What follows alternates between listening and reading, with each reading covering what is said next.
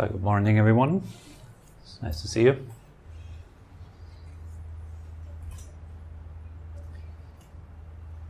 Today, I have a question from one of our friends. His name is Chris. And so he asks about walking meditation, what the point of it is and how to perform it, and just exploring in general the topic of walking meditation a little bit.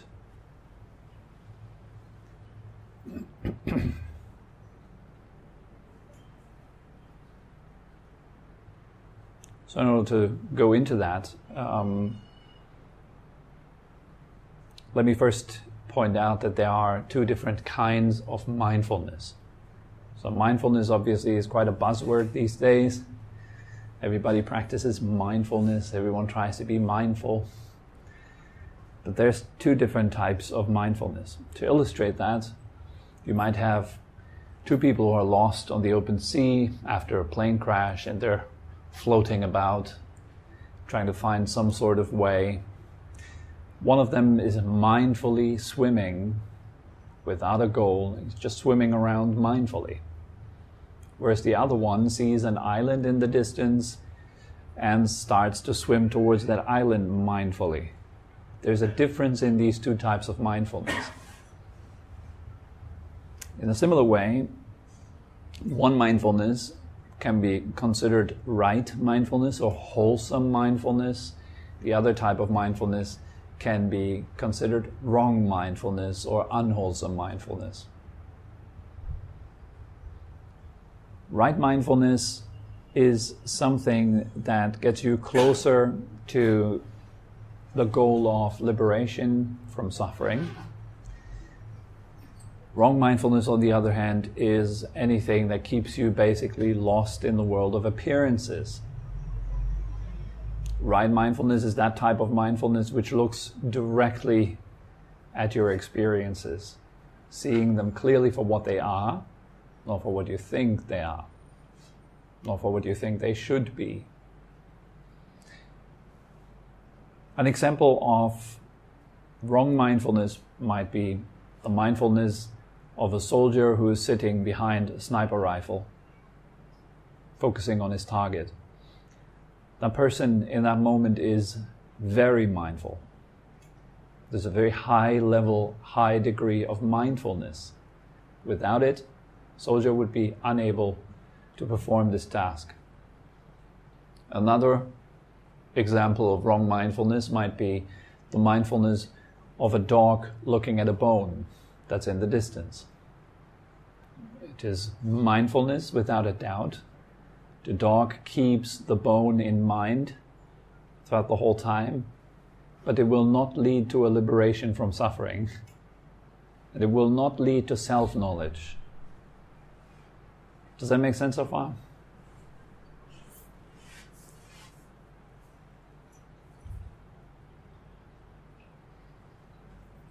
Whereas right mindfulness does. For example, the mindfulness of, let's say, feelings. You're looking at feelings, noticing just the way feelings are. What do you observe? They change, right? They move. Your feelings move. They arise, they change, and they pass. It's true or not? Coming and going, yes. How about thoughts? They're also coming and going, right? Even if you try to, you wouldn't be able to hold any feeling or any thought. You couldn't. Even if you try. Or a sound, the experience of sound. You couldn't hold it. So now we're looking at that experience and examining it in a way, holding it in mind, keeping your mind right there, in order to find out about its nature. What is it like? So you analyze something in terms of impermanence, for example. You're looking at the fact of the phenomenon as arising and passing. It comes, it goes, it changes continuously, without leaving a trace. Whether it's a thought, a feeling, an emotion, whatever. No matter what you are observing, it doesn't even hang around for a second. It's continuously changing. In everything that you could observe, in every experience, is a type of vibration, a frequency. It buzzes, it's alive, it's constantly in the process of change. Even a tree looks rather stable, but it is continuously changing. Even a rock, a mountain, it's continuously changing. That there is not one moment of stillness. There's continuous change, very slow change, but still change. Every atom is buzzing for itself.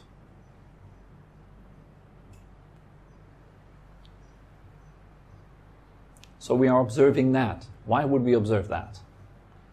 Well, for the sake of gaining liberation. Liberation from what? Liberation from suffering, from stress, from pain.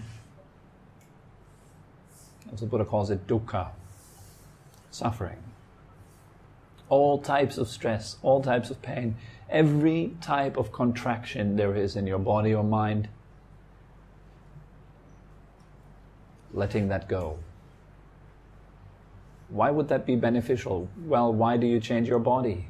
Why do you move? Why do you eat? Why do you change your position throughout the day? Why do you change your mind, your thoughts? Because you all hope for something, right? You all hope to gain release from stress. We try to kind of cleverly figure out ways to do so, to accomplish that. So we think of the future, we worry about it, we anticipate things. What might happen to me? Will I make it? Will I not make it? What are the chances?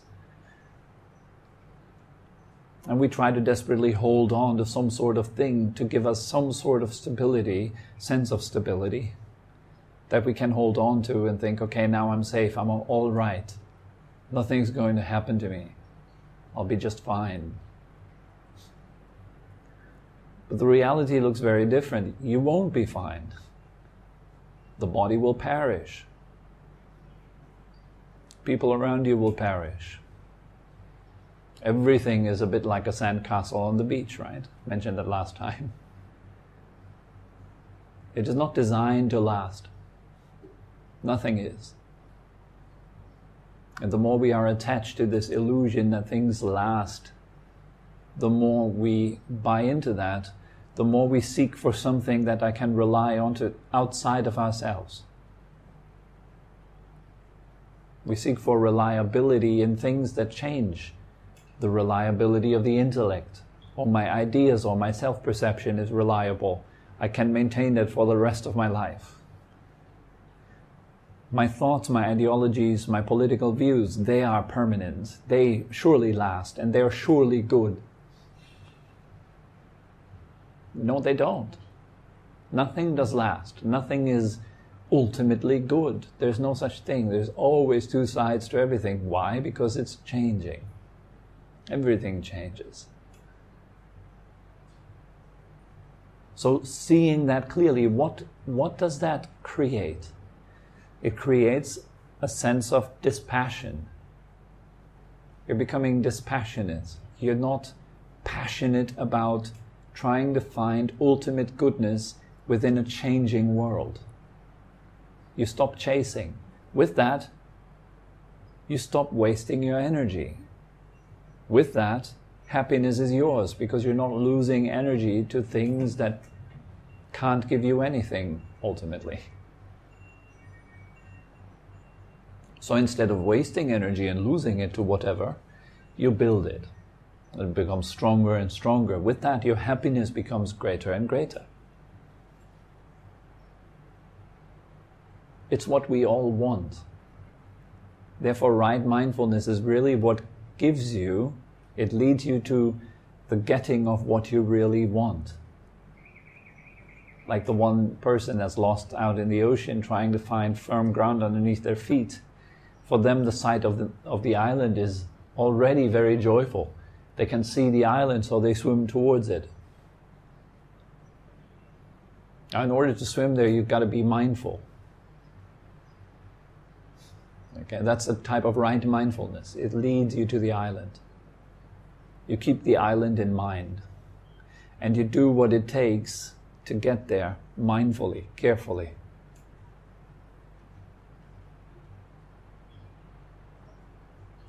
Now coming to the topic of today, after that short introduction, walking meditation. Many people think that, if I'm just mindfully walking, then, now you fill the blank. We all have some idea of what's going to happen then, right? Okay, if I'm just mindfully walking every day, let's say for the next 10 years, I'm going to only walk mindfully, what will happen to me? And we imagine it must be something good. But in reality, you've been just mindfully walking. Nothing much will happen. Good, you will lose a little bit less energy because you're not walking while thinking of politics or news. You'll be just walking. Much better already. So you won't lose your energy for basically being split.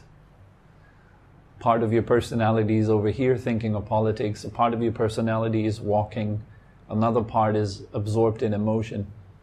It's not very helpful. So it will improve your life to some degree. But my question before you embark on a journey and say, I want to practice walking meditation, would be why? Why would you mindfully walk around? What's that supposed to give you? And then I would challenge you to think very clearly about it. What is it that you hope for? And then question, will this mindful walking get you there? How do you know?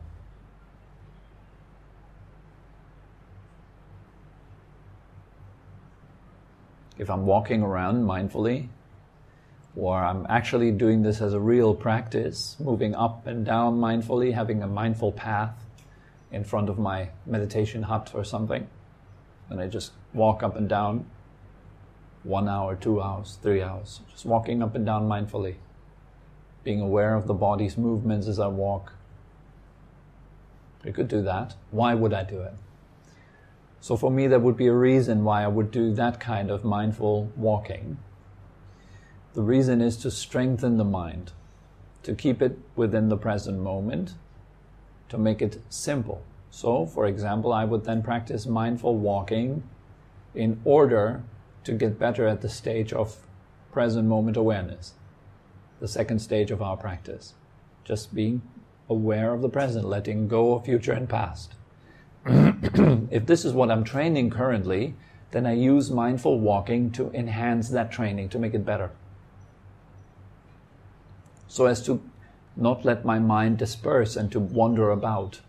But you can literally use anything. It doesn't have to be walking. You could do mindful yoga, which hopefully everybody who practices yoga already does. And by practicing yoga, I'm not referring to just being bendy and stretchy. I'm referring to all of the 8 limbs. They all require mindfulness.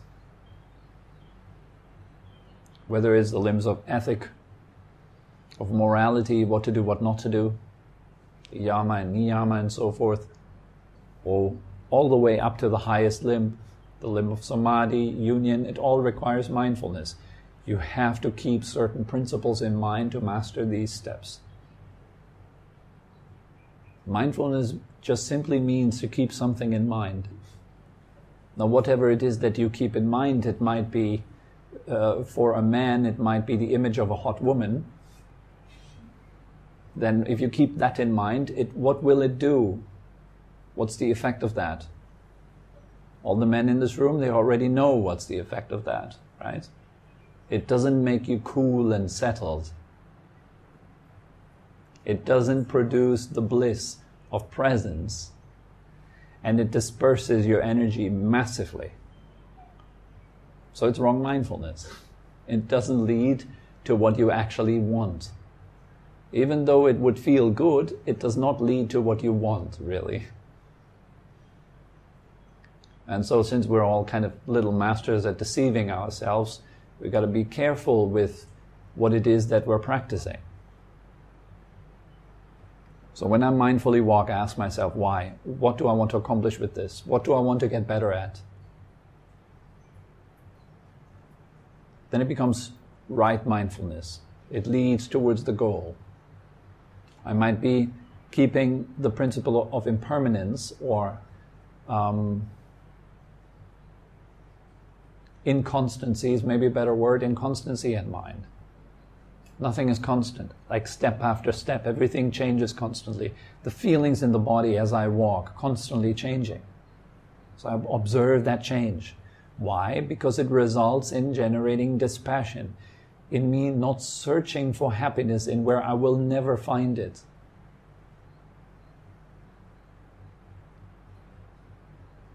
Is the ultimate deception to think that your happiness is somewhere in the future and it is in something or some person or some attainment. It's not. So this is deceptive, and we're all run by that deception. But because the entire crowd is moving left, it doesn't mean that you need to move left with the crowd. Just because everyone does it doesn't mean that you need to do it too. But it's very tempting, I must admit.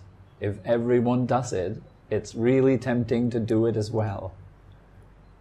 And if you're not doing it, you will feel a lot of opposition. People will ask you, why are you standing there? Let's walk. We're all walking. Why aren't you walking? Right? So this kind of phenomenon will arise when you practice properly. You will start to be at odds with the majority in the world. Everyone is searching something. Everyone is running somewhere. Everyone is trying. Everyone is busy. Everyone is joyfully pursuing happiness. I have no interest in pursuing happiness. Because if I have interest in pursuing happiness, I'll be pursuing happiness when I'm 80 years old. I don't want that. I don't want to get better at pursuing happiness, so I don't do it. Even though everyone would tell me, no, Tobi, you've got to pursue happiness. Just go for it. And it all sounds nice and poetic and so forth. So it's very tempting, isn't it? Like your happiness is somewhere out there, it's waiting for you. You just need to go and get it. What if that's not true? What if it just sounds nice, like a good, well-done advertising? Or what if it's actually deceptive and not true? What if this principle actually keeps you away from happiness? What if chasing happiness keeps you at a distance from happiness? Could that be true?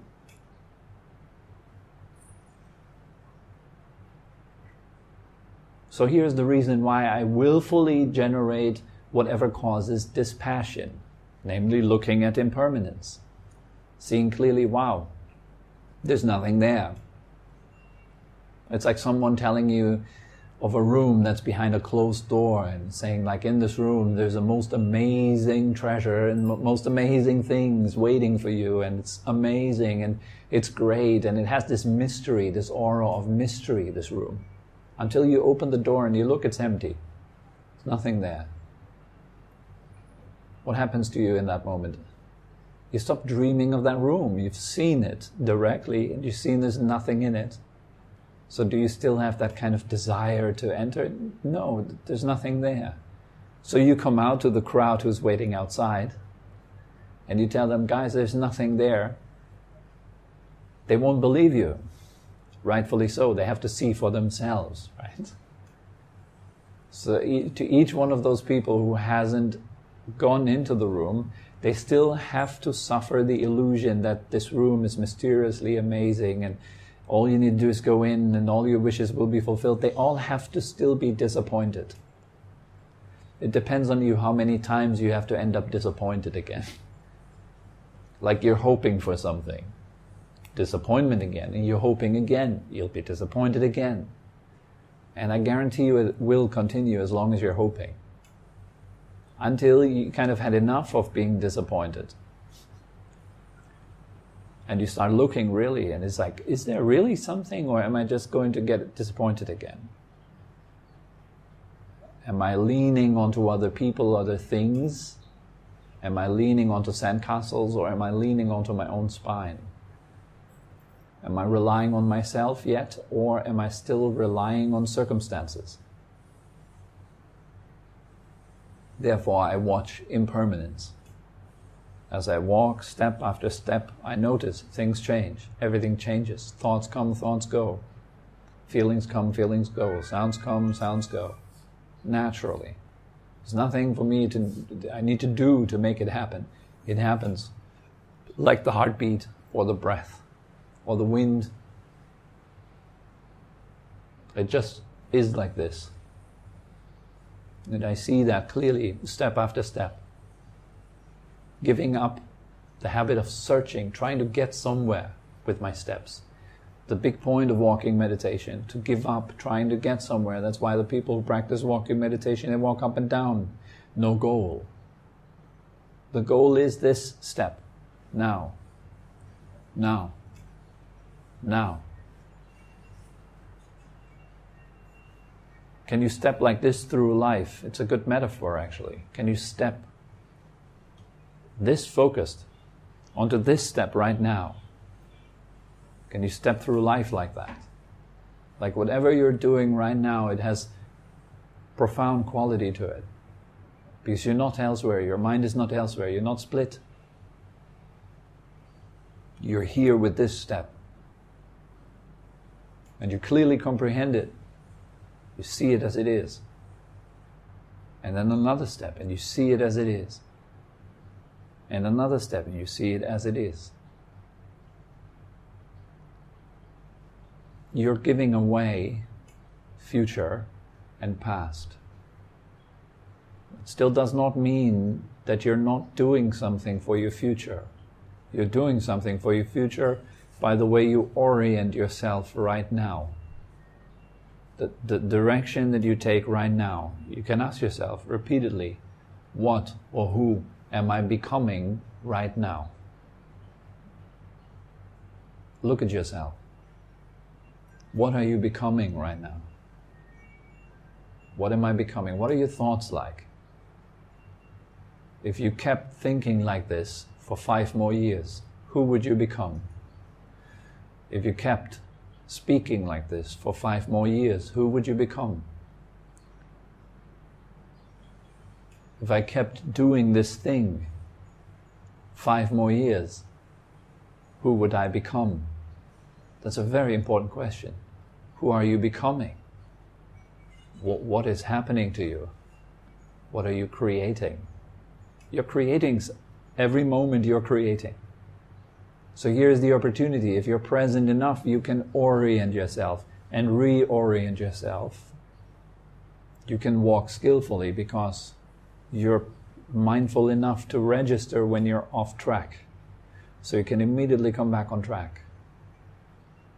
You can benefit yourself through that. That is another lesson that mindful walking can teach us. Not to walk with a goal, but to walk well oriented.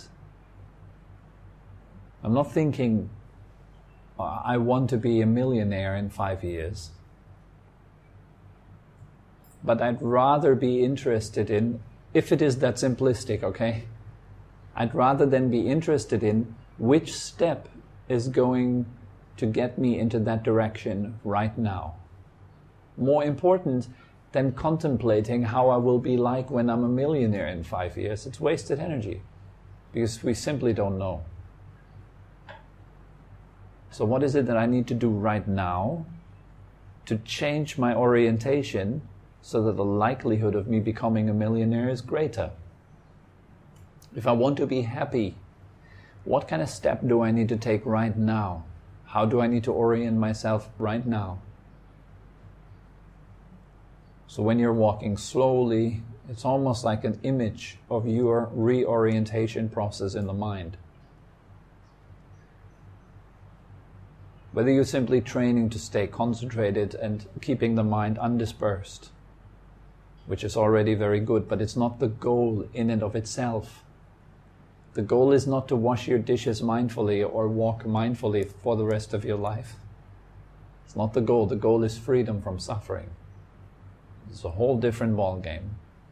And all the things you do as you walk mindfully, they might lead you either closer to that, or they might lead you away from that. So here, that's the question of orientation, isn't it?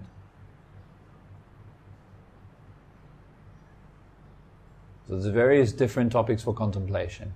Impermanence, dispassion, not self, anatta, the absence of a self. Even though you feel a strong sense of me or mine, there is no really such thing. There is phenomena, sure, there is awareness, sure, but neither is personal. So I don't want to go too deep into that for now, for today, but that might be another subject for contemplation. There is walking, yet nobody walks. It doesn't matter what your level is on the path, how far you came. Practice. If you're working on your samadhi, if you're working on your stillness in your mind, then keep the mind still as you walk. Support your practice by the way you walk, by the way you practice yoga, by the way you move in general. Whatever you're training in. Okay? So that's all that comes to mind concerning walking meditation. Okay. Are there any questions? Yes. It's my first course. Yes. I find it really interesting. We have to know if you have any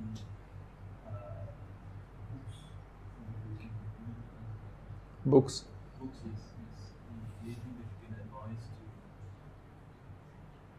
I'm in a really beginning with my first course. Yeah. There's one book I recommend. It's called Mindfulness, Bliss and Beyond by Ajahn Brahm. And you can check here. We have a few links you can have on our blog. You can just type recommended books. You just go onto our blog, you check recommended books. All the recommended books are on there. But this is one that I found best because it's most practical. Mindfulness, Bliss and Beyond.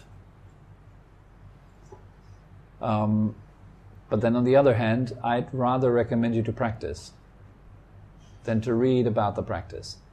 So actually, I know, yeah, in the beginning we don't really know what to do, so we come to a course, right? And that's why I recommend the book to you, right? So that's one step. But in general, put more emphasis, much more, 90% I would say, put it on actually diving into it, even though you don't know at all what you're doing in the beginning and it feels awkward and strange and you're bound to make a lot of mistakes. Make them. It's all right to make mistakes. It's all right to have no clue what you're doing. And then you read again and then you practice again. More than reading a book, I'd recommend you to spend time with a teacher. It is the best option. If you have the chance ever in your life to spend time with a teacher, to receive direct instructions on what to do and what not to do, and then put those instructions into practice, then come back after a while, let's say a month or two, and give your teacher feedback on what you've done. That is the best kind of way to learn. Second best is visiting like open classes like this, for example, and kind of getting in as much as you can and then learning a little bit with reading and watching related material. Then putting that into practice. And third best way, I would say, is sticking to one book until you've truly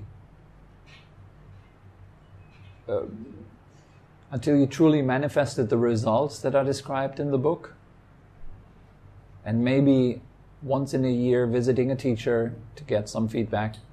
But the teacher is the most important thing. You want to find somebody that has realized what you try to realize.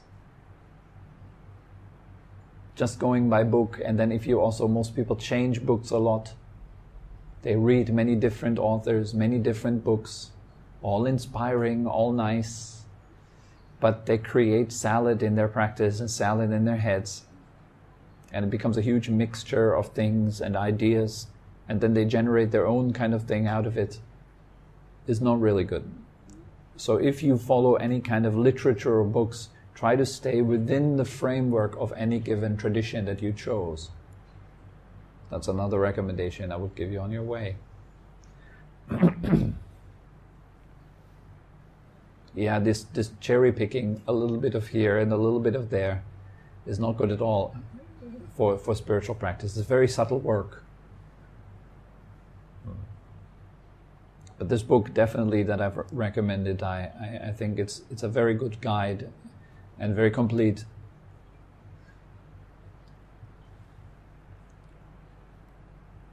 Okay. All right then, guys. Have a nice week. Take good care of yourselves.